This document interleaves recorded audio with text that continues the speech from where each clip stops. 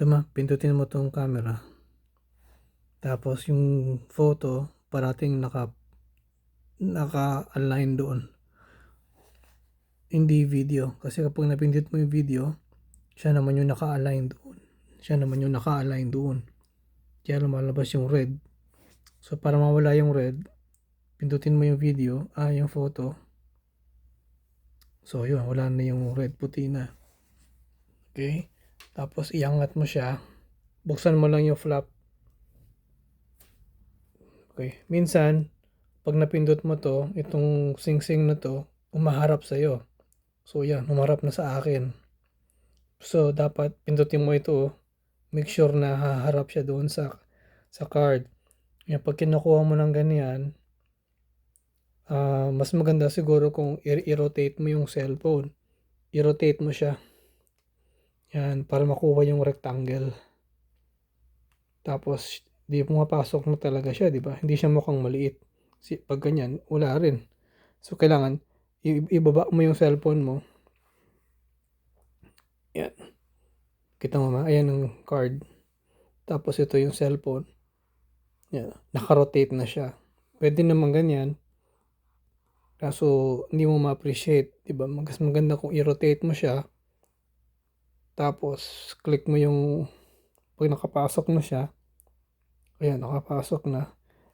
Make sure na hindi siya tabingi. Kasi pag ganyan, tabingi.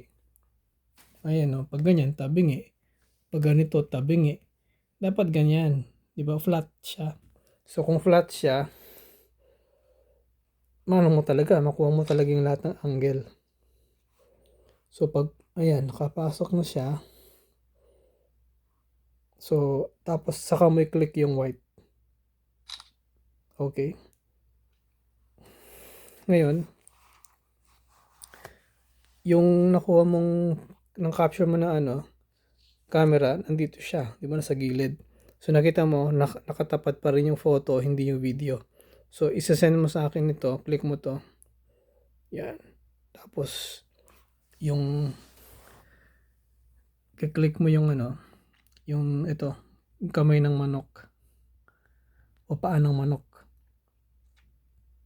Tapos, click, send mo siya sa Viber. Ito Viber. Tapos doon sa click mo siya dito sa Lenny, ganun, o kaya Michael, di ba? Or Mike, ganun.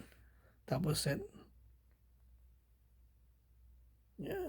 Tapos para ma-verify mo kung na-send, punta ka sa home screen. Check mo ngayon sa Viber.